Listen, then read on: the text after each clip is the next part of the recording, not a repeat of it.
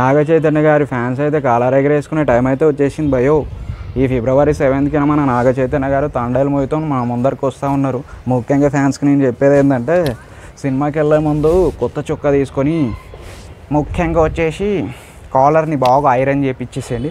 సినిమాకి వెళ్ళి వచ్చిన తర్వాత బయటికి వచ్చి నాగ చైతన్య ఫ్యాన్స్ కాలర్ ఎగరేయండి అని నేను చెప్పట్లేదు భయో. ఈ తండేల్ మూవీకి సంబంధించిన డైరెక్టర్ బన్నివాసు గారు అయితే ప్రెస్ మీట్లో చెప్పారన్నమాట, కాలర్ ఎగరేసుకోండి అని చెప్పేసి.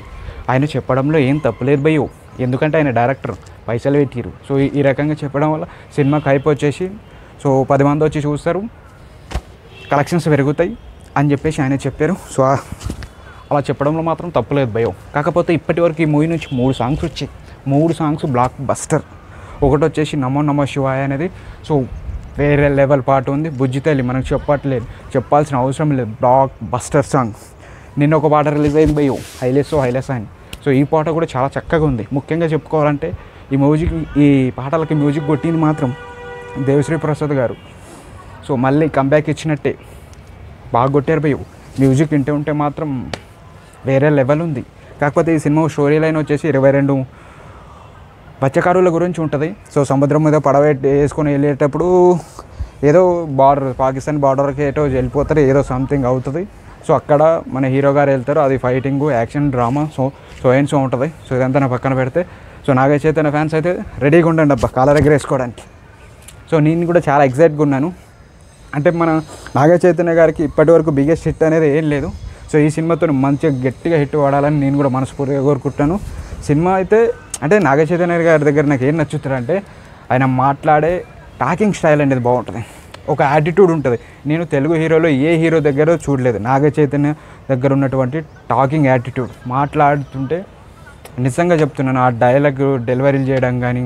సో నేను చాలా స్టార్టింగ్ సినిమా నుంచి చూస్తున్నాను కదా, జోష్ సినిమాలో కావచ్చు, దడ సినిమాలో కావచ్చు, బెజవాడ సినిమాలో కావచ్చు, ఆటోనగర్ సూర్యలో కావచ్చు, ఆ డైలాగ్ డెలివరీ ఇస్తారు చూడు, ఆ యాటిట్యూడు. సో దానికి నేను బిగ్గెస్ట్ ఫ్యాన్ నాగ చైతన్య గారికి, చెప్తున్నాను కదా, బిగ్గెస్ట్ ఫ్యాన్ ఆ విషయంలో మాత్రం. సో పెద్ద పెద్ద లేకపోయినా సరే ఈ సినిమాతోనైనా మంచిగా హిట్ కొట్టాలని కోరుకుంటున్నాను. ఈ మూవీ బడ్జెట్ వచ్చేసి 75 కోట్లు పెట్టిరు. సో చూడాలి ఎంత కొడుతుంది, ఎంతవరకు వసూలు చేస్తుంది అనేది చూడాలి. డైరెక్టర్ వచ్చేసి మన చందు మొండేటి గారు, అదే కార్తికేయ 2 సినిమా తీసిన డైరెక్టర్ ఉన్నారు. సో ఈయనైతే ఉన్నారు. సో చూడాలి, ఈయన మీద మనకు కొద్దిగా నమ్మకం అయితే ఉన్నది. సో చాలా బాగా తీస్తారని చెప్పేసి వెయిట్ చేయాలి. ముఖ్యంగా నాగ చైతన్య ఫ్యాన్స్కి అయితే చెప్తున్నాను, సో చొక్కా తీసుకొని రెడీగా పెట్టుకోండి. సినిమా రేపు రిలీజ్ అవుతుందంటే ఈరోజు కాలర్ని ఇస్త్రీ చేసేయండి, థియేటర్ కాడికి వెళ్ళేసి కాలర్ ఎగిరేసేయండి. అంతే మీకు చెప్పాలనుకున్నది కూడా.